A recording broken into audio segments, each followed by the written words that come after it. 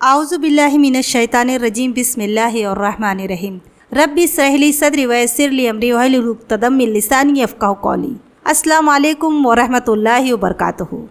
আজকে আমরা 147তম video post করতে যাচ্ছি, যেখানে আমরা হেবা ও তার ফজিলত এবং তার প্রতি উৎসাহ প্রদান অধ্যায়টি কন্টিনিউ করব। ইনশাআল্লাহ আজকের ভিডিওতে এই অধ্যায়টি কমপ্লিট হয়ে যাবে। তাহলে আজকের ভিডিও শুরু করা যাক।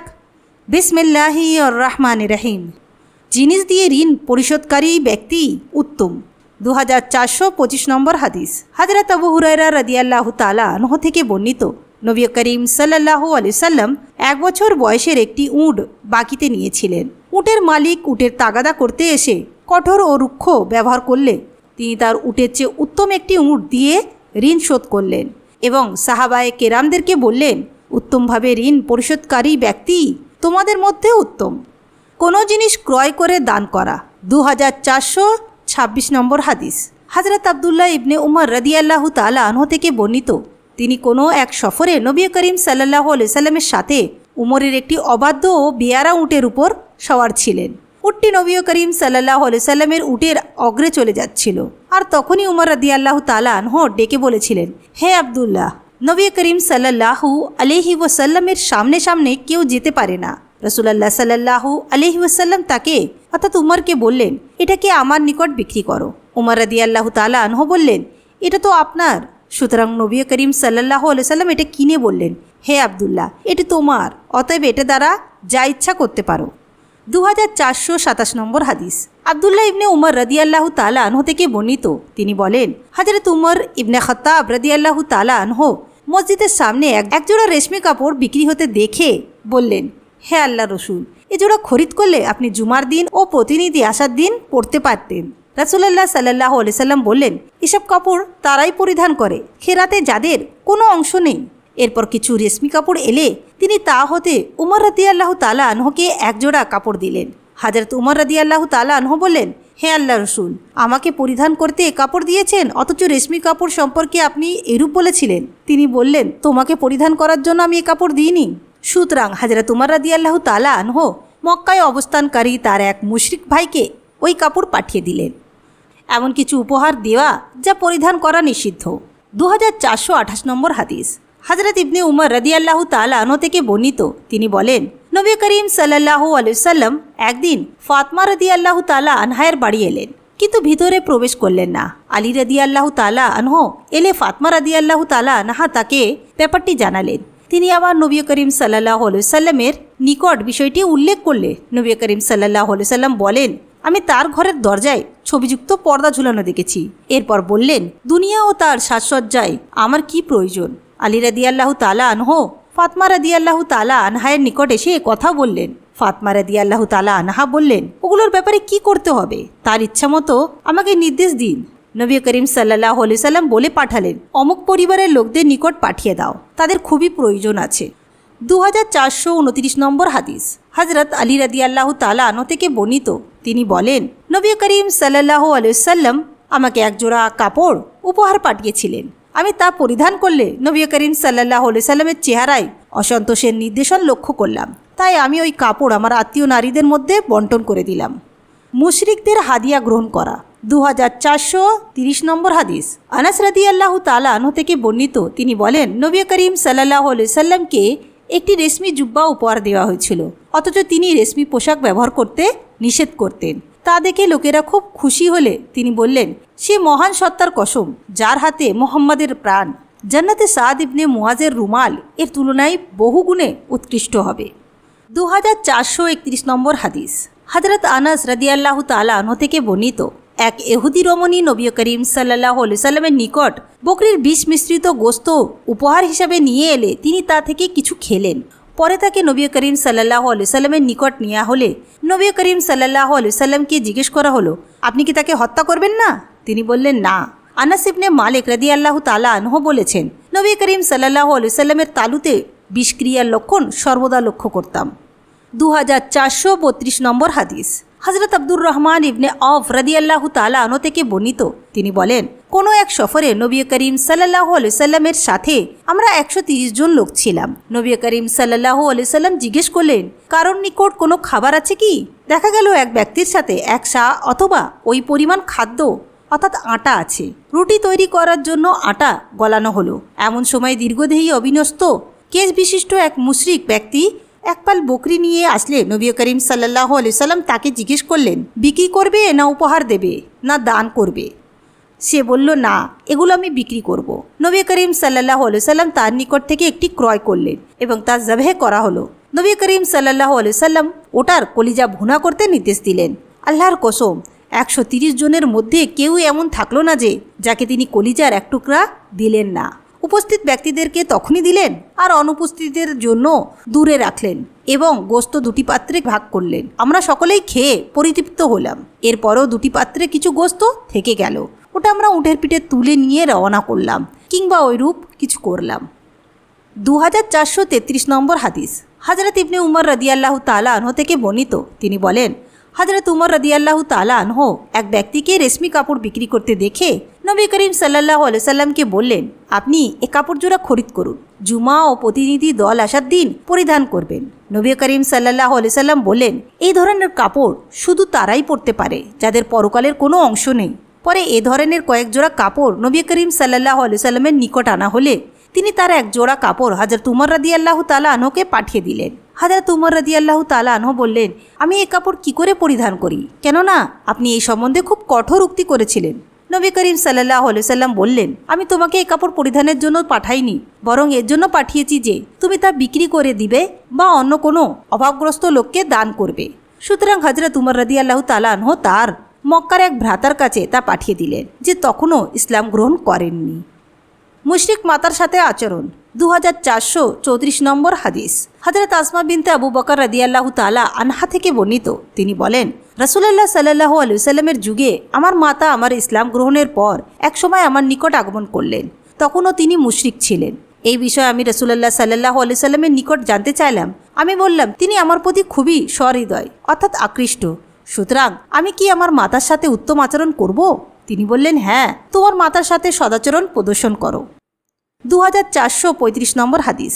হযরত ইবনে আব্বাস রাদিয়াল্লাহু তাআলা আনহু থেকে বর্ণিত, নবী করিম সাল্লাল্লাহু আলাইহি ওয়াসাল্লাম বলেছেন, দান করে তা প্রত্যাহারকারী, বমি করে অর্থাৎ তা গলৎকরণকারীর মতো। 2436 নম্বর হাদিস। ইবনে আব্বাস রাদিয়াল্লাহু তাআলা আনহু থেকে বর্ণিত, নবী করিম সাল্লাল্লাহু আলাইহি ওয়াসাল্লাম বলেছেন, কুদৃষ্টান্ত স্থাপন করা আমাদের জন্য শোভনীয় নয়। দান করে যে ব্যক্তি আবার তা প্রত্যাহার করে সে এমন কুকুর নেয় যে বমি করে আবার তা খেয়ে ফেলে। 2437 নম্বর হাদিস। হযরত উমর ইবনে খাত্তাব রাদিয়াল্লাহু তাআলা আনহু থেকে বর্ণিত, তিনি বলেন, আমার একটি ঘোড়া আমি আল্লাহর রাস্তায় এক ব্যক্তিকে আরোহণের জন্য দান করলাম, কিন্তু তার নিকট ঘোড়াটি থাকাকালে সে ওটাকে প্রায় ধ্বংস করে ফেলল।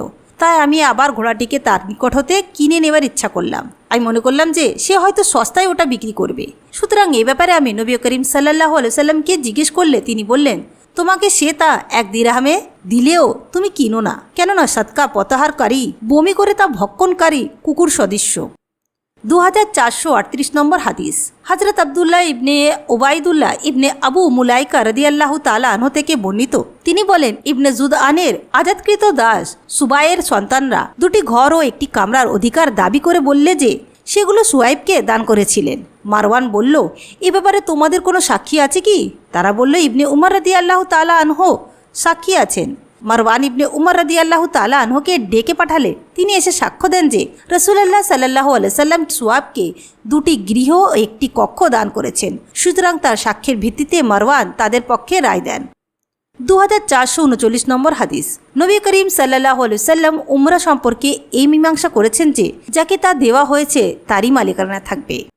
2440 নম্বর হাদিস। হযরত আবু হুরায়রা রাদিয়াল্লাহু তাআলা আনহু থেকে বর্ণিত, নবী করিম সাল্লাল্লাহু আলাইহি সাল্লাম বলেছেন, উমরা বৈধ অর্থাৎ জীবনসত্ত্ব বন্দোবস্ত বৈধ, ঘোড়া, চতুষ্পদ জন্তু বা অন্য কিছু ধার নেয়া। 2441 নম্বর হাদিস। হযরত কাতাদা রাদিয়াল্লাহু তাআলা আনহু থেকে বর্ণিত, তিনি বলেন, আমি আনাস রাদিয়াল্লাহু তাআলা আনহুকে বলতে শুনেছি যে মদিনায় ভীতি ও ত্রাস সৃষ্টি হলে নবী করিম সাল্লাল্লাহু আলাইহি সাল্লাম আবু তালহার মানদুব নামক ঘোড়াটি ধার নিলেন।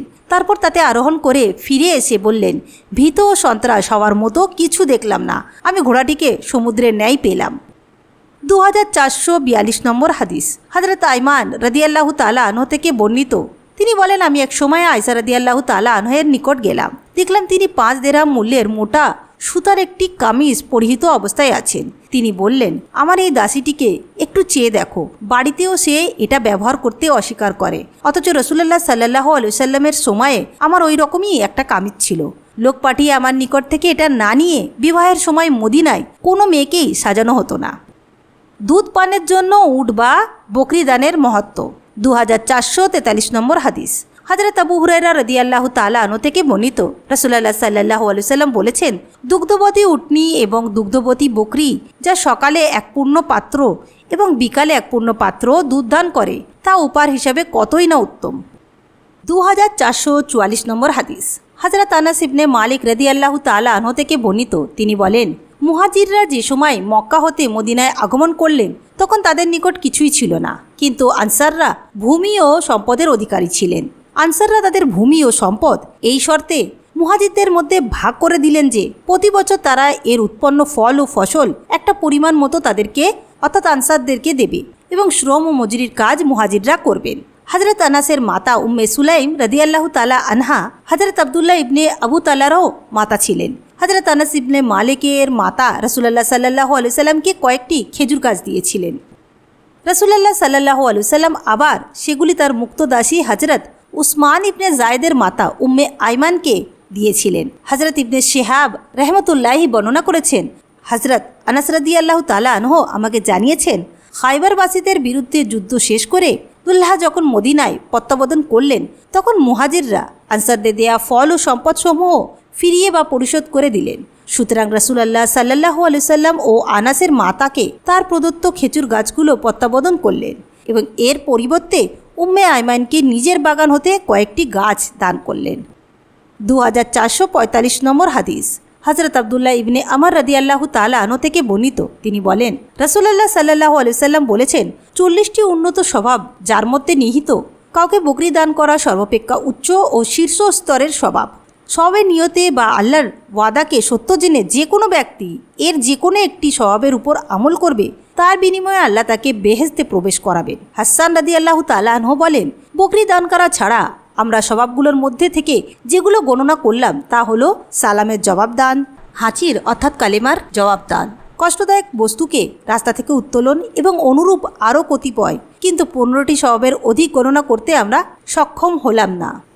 2446 নম্বর হাদিস। হযরত জাবের রাদিয়াল্লাহু তাআলা আনহু থেকে বর্ণিত, তিনি বলেন, আমাদের কয়েকজন লোকের প্রয়োজন অতিরিক্ত জমি ছিল। তারা নবী করিম সাল্লাল্লাহু আলাইহি সাল্লামকে জিজ্ঞেস করলো, আমরা কি ওইসব ভূমির উৎপন্ন ফসল 1/3 বা 1/4 কিংবা অর্ধাংশে বিনিময়ে চাষবাদ করতে দেব? নবী করিম সাল্লাল্লাহু আলাইহি সাল্লাম বলেছেন, যার ভূমি আছে হয় সে নিজে তার চাষাবাদ করবে অথবা তার ভাইকে দান করবে। যদি এতে রাজি না থাকে তবে অনাবাদি ফেলে রাখবে। 2447 নম্বর হাদিস।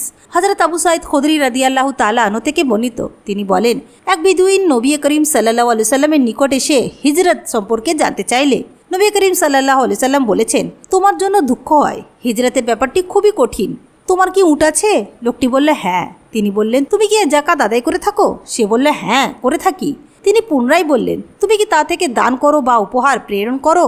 সে লোকটি বললে, হ্যাঁ, প্রেরণ করি। তিনি পুনরায় তাকে জিজ্ঞেস করলেন, পানি পান করাবার সময় ওগুলো দহন করো? সে বললে, হ্যাঁ। তিনি বললেন, তবে সমুদ্র তীরে প্রত্যন্ত অঞ্চলে হলেও এ তদনুরূপ আমল করতে থাকো, কেননা আল্লাহ তোমার আমলের ছোট বড় কোনোটিকেই বাদ দেবেন না। 2448 নম্বর হাদিস। হযরত ইবনে আব্বাস রাদিয়াল্লাহু তাআলা আনহু থেকে বর্ণিত, নবী করিম সাল্লাল্লাহু আলাইহি সাল্লাম একটি কৃষিভূমির নিকট দিয়ে যাওয়ার সময় দেখলেন সুন্দর ফসল দ্বারা কৃষিক্ষেত পরিশোভিত। তিনি জিজ্ঞেস করলেন, এই ফসলের জমি কার? লোকটি বলল, অমুক ব্যক্তি এই অর্থের বিনিময়ে ইজারা নিয়েছে। নবী করিম সাল্লাল্লাহু আলাইহি সাল্লাম বললেন, যদি সে তাকে এটা দান করত তবে নির্দিষ্ট অর্থ গ্রহণ অপেক্ষা অধিক স্বভাব সে লাভ করতে পারত। 2449 নম্বর হাদিস। হযরত আবু হুরায়রা রাদিয়াল্লাহু তাআলা আনহু থেকে বর্ণিত, রাসূলুল্লাহ সাল্লাল্লাহু আলাইহি সাল্লাম বলেছেন, ইব্রাহিম আলাইহিস সালাম সারাকে সাথে নিয়ে হিজরত করলে তাকে আজেরাকে অর্থাৎ হাজেরাকে দেয়া হলো। তিনি সারা ফিরে এসে বললেন, তুমি কি জানো আল্লাহ কাফেরকে লাঞ্ছিত করেছেন এবং খেদমতের জন্য হাজরাকে দিয়েছেন? ইবনে সিরিন আবু হুরায়রা রাদিয়াল্লাহু তাআলা আনহু হতে বর্ণনা করেছেন, অতঃপর আল্লাহ তার খেদমতের জন্য আজরাকে প্রদান করল। 2450 নম্বর হাদিস। হযরত উমর রাদিয়াল্লাহু তাআলা আনহু থেকে বর্ণিত, তিনি বলেন, আল্লাহর পথে আরোহণের জন্য আমি একটি ঘোড়া দান করেছিলাম। এক সময় দেখলাম তা বিক্রি করা হচ্ছে। সুতরাং রাসূলুল্লাহ সাল্লাল্লাহু আলাইহি সাল্লামের নিকট এ বিষয়ে জানতে চাইলে তিনি বললেন, তা ক্রয় করিও না এবং নিজের সদকা ফিরিয়ে নিও না। তো আজকে আমরা 147তম ভিডিও পোস্ট করলাম, যেখানে আমরা হেবা ও তার ফজিলত এবং তার প্রতি উৎসাহ প্রদান অধ্যায়টি কমপ্লিট করে ফেললাম। ইনশাআল্লাহ নেক্সট ভিডিওতে আমরা কিতাবুস শাহাদাত অধ্যায়টি শুরু করব। ইনশাআল্লাহ নেক্সট ভিডিওতে আপনাদের সঙ্গে আবার দেখা হবে। আসসালামু আলাইকুম ওয়া রাহমাতুল্লাহি ওয়া বারাকাতুহু।